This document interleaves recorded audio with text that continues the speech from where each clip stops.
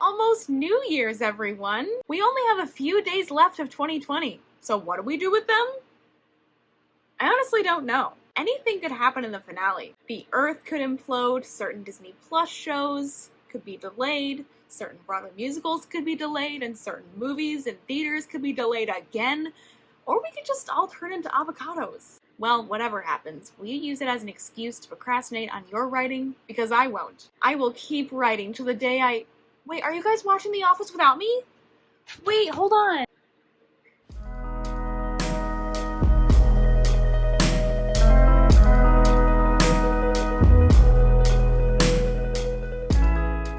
Hello there! Welcome back to my channel. You may call me Miss Introvert, and today we're going to be talking about the truth of New Year's resolutions.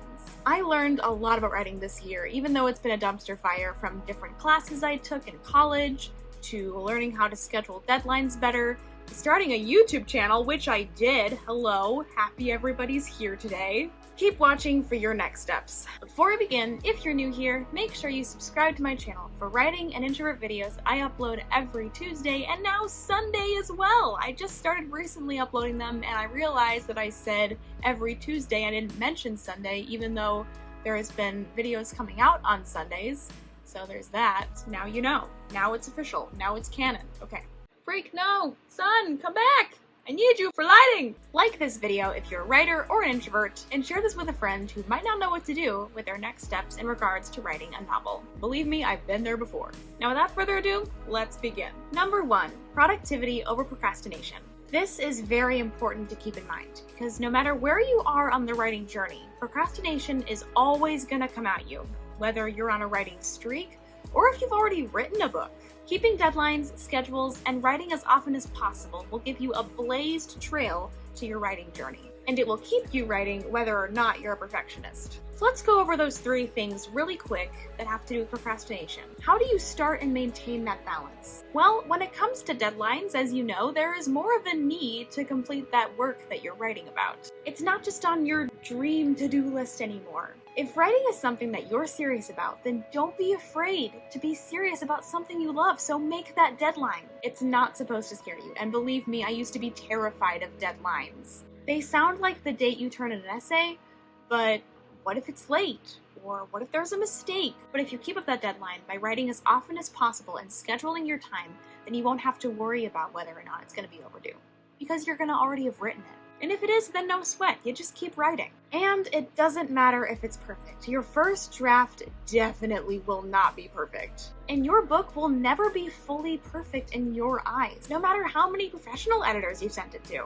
We're all self-conscious and critiquing of our own work. So you've got to tell yourself that it's not going to be perfect, but that you're going to keep writing anyway. Because that's what you do! You're a writer! You and I are writers. We got this. We can do this. If you believe you're a writer and you want to check out how to schedule your time more and write as often as possible, click the link to check out the writing experiment part 5? 6? 6. It is 6. This talks about setting up your writing goals. And it should be right there. I'm pointing in the right place, right? Number 2, your next set of writing tools. Didn't get these for Christmas? Well, it's not too late to find them in your own house. Sometimes even in your own mind. I talk about this concept in that same video I mentioned before, and they're all over the writing experiment, these concepts that I'm about to tell you about, which you should check out if you haven't yet, if you are curious about writing novels. But in order to get into a healthy habit of writing, you should be maintaining the same steps over and over again. It's gonna be just like going to work. So you're gonna prioritize how you're gonna write and what you're gonna do. The truth is, it doesn't really matter where or when you write or how you do it. What matters is that you keep writing consistently. What I mean is, if you prefer to write at a desk, then keep writing at a desk at whatever time of the day you prefer. I would suggest keeping a timetable that is similar every day, but if you're one of those spontaneous people who just goes with like the spirit of writing, moves you, then write whenever you feel the calling. Sometimes I have to like jot down ideas in journals that I keep in my purses, which I have many of. So yeah, maybe we can go through like a in my purse thing, but that's not really part of my niche. I'm rambling, I'm sorry. Anyway, let's say that you like to write in the morning because you know that your mind is most active in the morning, which it usually is. Not sometimes for myself, relatable, but unlike this other person from the previous example, you don't like to write at your desk because you see that as reserved for school or other work-related priorities. You productive human being, make sure to take breaks. Well then, maybe you prefer to write at your couch or your kitchen table, so keep writing there every single morning. Your brain will actually get used to writing in that environment and in that time frame because it will become more and more familiar with it. Pretty soon, it'll be as habitual as brushing your teeth. Number 3, initiative over inspiration. All writers know this hard truth very well, and if you don't, then I'm about to crush your dreams. I apologize ahead of time. You don't need inspiration to write. There are days, weeks, or months for those really good times that inspiration stays, but it'll eventually fade away. Frick, the sun keeps leaving me! Clouds, stop it! And that is when writer's block, procrastination, and anything else that's trying to get in your way will convince you that you're not a writer. Which is not true. So you're gonna have to get your brave writing face on and tell whoever or whatever is making you think you're not a writer to freaking back off. Because you are a writer and you can write with procrastination. Okay, it's not going to be that easy. I explain this concept of inspiration more in the Writing Experiment Part 7, check it out. And if these pesky entities aren't getting in your way, then what are you doing here? Go write your best-selling book already. Who the frick is knocking on the wall? Okay, first thing you can do is actually have the mindset of the best-selling book guy that I just mentioned in that little skit that I made up. Was that even a skit? I don't know. I was just talking to myself. They're actually a reoccurring character in my videos called the perfect writer, who is non-existent of course, because no one can be a perfect writer.